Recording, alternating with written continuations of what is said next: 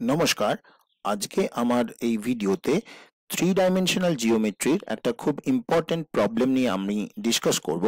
প্রবলেমটা আমি স্ক্রিনে রেখেছি। প্রবলেমটা এইরকম, ফ্রম দ্য পয়েন্ট 1 -2 3, এটা একটা পয়েন্ট আছে। লাইন্স আর ড্রন, মানে এই পয়েন্ট থেকে সরল রেখা টানা হচ্ছে। Lines are drawn to meet the sphere. Sphere মানে আমরা জানি গোলক। স্ফিয়ার মানে হচ্ছে গোলক, ঠিক আছে? তো কোনো একটা স্ফিয়ার আছে, x square plus y square plus z square equals to 4, এই স্ফিয়ারটা আছে। স্ফিয়ার মানে সার্কেলের থ্রি ডাইমেনশনটা ভাবতে হবে, মানে একটা ফুটবল, সেটা হচ্ছে স্ফিয়ার। তো তার ইকুয়েশন দেওয়া আছে, x square plus y square plus z square is equal to 4 and they are divided in the ratio 2:3। অর্থাৎ এই পয়েন্ট থেকে from the point 1 -2 3 lines are drawn to meet the sphere this and they are divided in the ratio 2:3। অর্থাৎ এই point থেকে আমি এই স্ফিয়ারকে meet করার জন্য বেশ কিছু স্ট্রেট লাইন টেনেছি। এবার সেই যে স্ট্রেট লাইনগুলো তাদেরকে যদি আমি টানার পরে 2:3 রেশিওতে ভাগ করি, ঠিক আছে, ডিভাইডেড ইন দ্য রেশিও 2:3, ওই লাইনগুলোকে প্রত্যেকটাকে আমি 2:3 রেশিওতে ভাগ করছি। তাহলে বলছে prove that the points of section, অর্থাৎ যে পয়েন্টে আমি ওকে ভাগ করছি 2:3-তে, সেই points of section lie on the sphere this, অর্থাৎ এইটা স্যাটিসফাই করবে। অর্থাৎ যে পয়েন্টে ওই লাইনগুলোকে আমি 2:3 রেশিওতে ডিভাইড করছি, সেই পয়েন্টটার সঞ্চার পথ, অর্থাৎ এই পয়েন্টটার সঞ্চার পথ হবে একটা স্ফিয়ার, এবং স্ফিয়ারটার ইকুয়েশন হবে এইটা, ঠিক আছে? তো ব্যাপারটা আমি একটু ছবিতে একটু বেটার ভাবে বোঝার চেষ্টা করছি। এটা হচ্ছে এই যে হলুদ ইয়েলো কালারের আমি স্ফিয়ারটা টেনেছি, ঠিক আছে? আর এখানে পয়েন্টটা আছে এ, পয়েন্টটাকে এ বলে নিচ্ছি। পয়েন্টটার কোঅর্ডিনেটস দেওয়া আছে 1 -2 3।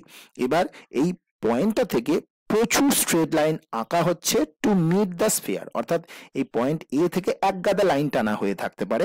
আমি শুধুমাত্র একটা লাইন এখানে দেখিয়েছি ছবিতে, এ থেকে একটা লাইন টেনেছি যেটা স্ফিয়ারকে মিট করেছে এই যে এই পয়েন্টটাতে। এই পয়েন্টটা হচ্ছে বি পয়েন্ট। বি পয়েন্টের কোঅর্ডিনেট আমি ধরে নিচ্ছি x1 y1 z1, ঠিক আছে? এবার বি পয়েন্টটা যেহেতু স্ফিয়ারের ওপরে আছে, তাহলে স্ফিয়ারের যে ইকুয়েশনটা আমাকে দিয়েছিল, এই স্ফিয়ারটার একটা ইকুয়েশন আমাকে দিয়েছিল, সেই ইকুয়েশনটা ছিল x square plus y square plus z square equals to 4। এই যে x square plus y square plus z square equal to 4, এই ইকুয়েশনটা দিয়েছিল। এবার যে পয়েন্টে মিট করছে, মানে এই পয়েন্ট থেকে যে স্ট্রেট লাইনটা আমি স্ফিয়ারকে মিট করাচ্ছি, যে পয়েন্টে মিটিংটা হচ্ছে, অর্থাৎ এই বি পয়েন্টে, সেই বি পয়েন্টের কোঅর্ডিনেটস যদি x1 y1 z1 হয়, ধরে নিচ্ছি বি পয়েন্টের কোঅর্ডিনেটস x1 y1 z1, তাহলে এই বি পয়েন্টটা যেহেতু স্ফিয়ারের উপরেই অবস্থিত বিন্দু, তাহলে এই স্ফিয়ারটাকে ও স্যাটিসফাই করবে।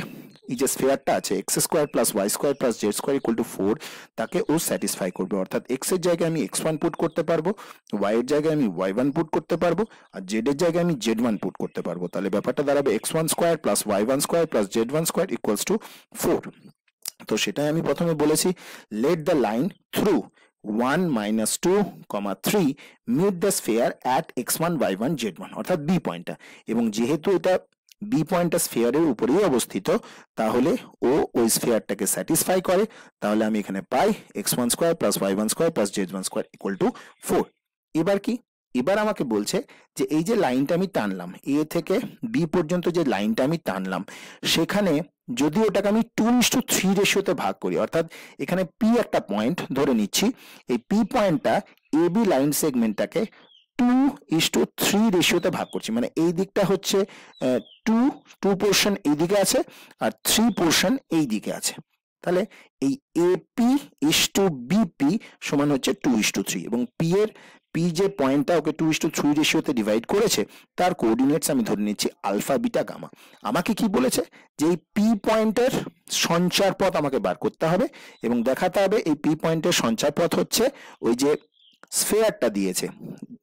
Prove that the points of section, অর্থাৎ যেখানে 2:3 রেশিওতে ওটা ভাগ করা হয়, লাই অন দ্য স্ফিয়ার, এইটা এই স্ফিয়ারের উপরও লাই করছে। মানে আমাকে আলফা বিটা দিয়ে এরকম একটা রিলেশন বের করে দেখাতে হবে। শেষে আলফা বিটা গামাকে সরিয়ে সেখানে এক্স ওয়াই আর জেড পুট করে দিলেই আমি সঞ্চার পথটা পেয়ে যাব, ঠিক আছে? তো সেটাই আমাকে এখানে দেখাতে হবে। তো আমি এখানে বলেছি যে if alpha beta gamma divides 1 -2, 3 and x1 y1 z1 in the ratio 2:3, দেন এবার আলফা বিটা গামা কি করছে, এই পয়েন্টটা আর এই পয়েন্টটা 1 -2 3 এটা তো দেওয়া আছে, এই পয়েন্টের কোঅর্ডিনেটস দেওয়া আছে, আর এটা হচ্ছে বি পয়েন্টের কোঅর্ডিনেটস, যে পয়েন্টে ওই স্ট্রেট লাইনটা স্ফিয়ারকে মিট করছে। তাহলে আমি এইটার যে জয়েনিং লাইন সেগমেন্ট তাকে যে 2:3 রেশিওতে ভাগ করা হয়, তাহলে তার কোঅর্ডিনেটস আমি বের করতে পারি। সেটা আলফা বিটা গামার সঙ্গে আইডেন্টিক্যাল হবে। আলফা বিটা গামাটাই হচ্ছে ওই পয়েন্ট যে ওকে 2:3 রেশিওতে ডিভাইড করে। এবার আমি এই জিনিসটা আগেও ডিসকাস করেছি আমার একটা ভিডিওতে, যে একটা স্ট্রেট লাইন যদি থাকে পি এবং কিউ, পি কিউ একটা স্ট্রেট লাইন যেখানে পি পয়েন্টের কোঅর্ডিনেটস বলা আছে x1 y1 z1, কিউ পয়েন্টের কোঅর্ডিনেটস বলা আছে x2 y2 z2। সেই পি কিউ লাইন সেগমেন্টটাকে আর যদি একটা পয়েন্ট ইন্টারনালি m:n রেশিওতে ডিভাইড করে, তাহলে আর পয়েন্টের কোঅর্ডিনেটস হয় এইটা, mx2 plus nx1 divided by m plus n, comma my2 plus ny1 divided by m plus n, comma mz2 plus nz1 divided by m plus n। এটা হয়ে যায় আর পয়েন্টের coordinates. তো এই জিনিসটা আমি আগেই ডিসকাস করেছি, এটা রিলেটেড একটা ভিডিও আমার দেওয়া আছে, তো সেই ভিডিওটার লিংক আমি ডেসক্রিপশনে প্রোভাইড করে দেবো। যারা ইন্টারেস্টেড তারা সেখান থেকে ক্লিক করে ওই ভিডিওটা দেখে নিতে পারেন। তাহলে সোজা কথা এখানে বুঝতে পারছি যে PQ কে যে থার্ড পয়েন্টটা m:n রেশিওতে ডিভাইড করছে, সেখানে mটা গুণ হচ্ছে q এর কোঅর্ডিনেটস গুলোর সঙ্গে, আর nটা গুণ হচ্ছে p এর কোঅর্ডিনেটস গুলোর সঙ্গে, সেই দুটো যোগ করে divided by m plus n করতে হচ্ছে। ঠিক আছে, তো সেইটা আমি এখানেও করব।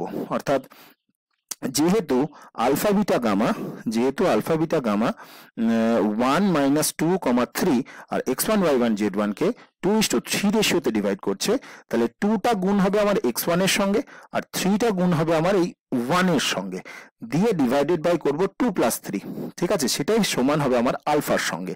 ঠিক একইভাবে 2টা গুণ করব y1 এর সঙ্গে, আর 3টা গুণ হবে আবার -2 এর সঙ্গে, দিয়ে যোগ করে ডিভাইডেড বাই করব 2 + 3, আর শেষে হবে 2টা গুণ হবে z1 এর সঙ্গে, আর 3টা গুণ হবে 3 এর সঙ্গে, দুটোকে যোগ করে ডিভাইডেড বাই 2 + 3 করব, সেটা সমান হবে আমার গামার সঙ্গে। তাহলে আমি পাবো alpha is equals to 2x1 + 3 by 5, ওই যে 2 + 3 মানে 5 হয়।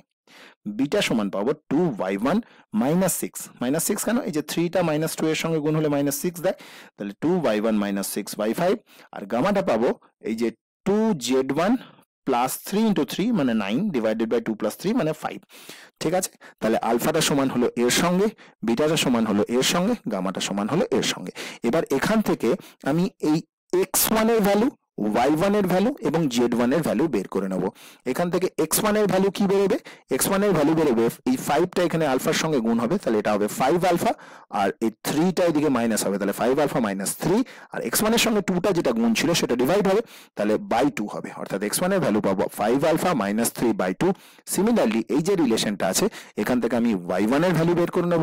y1 এর ভ্যালু আসবে 5 × বিটা প্লাস 6 ডিভাইডেড বাই 2, আর z1 এর ভ্যালু এখান থেকে বের করে নেব। z1 সমান হবে 5 গামা -9 বাই 2। তাহলে এখান থেকে আমি x1 y1 z1 বের করে ফেলেছি।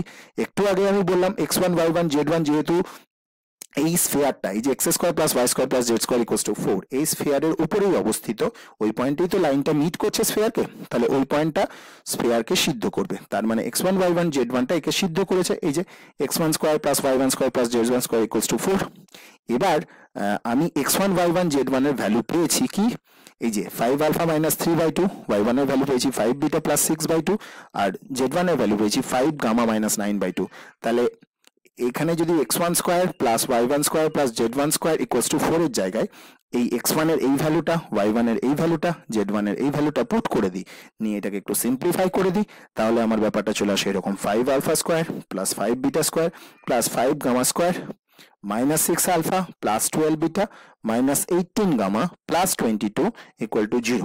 ঠিক আছে, এবার তাহলে বুঝতে পেরে গেলাম যে আলফা বিটা গামা দিয়ে রিলেশনটা হচ্ছে, মানে আলফা বিটা গামা অতি অবশ্যই এই স্ফিয়ারটার উপরে আছে, মানে এখানে যেখানে যেখানে আলফা আছে সেখানে সেখানে এক্স দিয়েছি, যেখানে যেখানে বিটা আছে সেখানে সেখানে ওয়াই দিয়েছি, যেখানে যেখানে গামা আছে সেখানে সেখানে জেড দিয়েছি। তার মানে আমি যেহেতু এইটা আমার সিদ্ধ হয়ে গেছে, তাহলে আমি বলতে পারি যে এই যে ইকুয়েশনটা আছে 5x square plus 5y square plus 5z square minus 6x plus 12y minus 18z plus 22 equal to 0, এই স্ফিয়ারটা, এটা একটা স্ফিয়ার, তো এই স্ফিয়ারের ওপর আলফা বিটা গামা অতি অবশ্যই অবস্থিত। তার কারণ আলফা বিটা গামা একে সিদ্ধ করেছে, সেটা আমরা পেয়েছি অলরেডি, প্রমাণ করে দেখিয়েছি।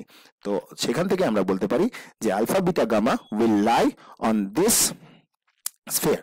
তো এটাই আমাকে প্রুভ করতে দেওয়া ছিল, আশা করি সবাই বুঝতে পেরেছে। ধন্যবাদ, থ্যাংক ইউ।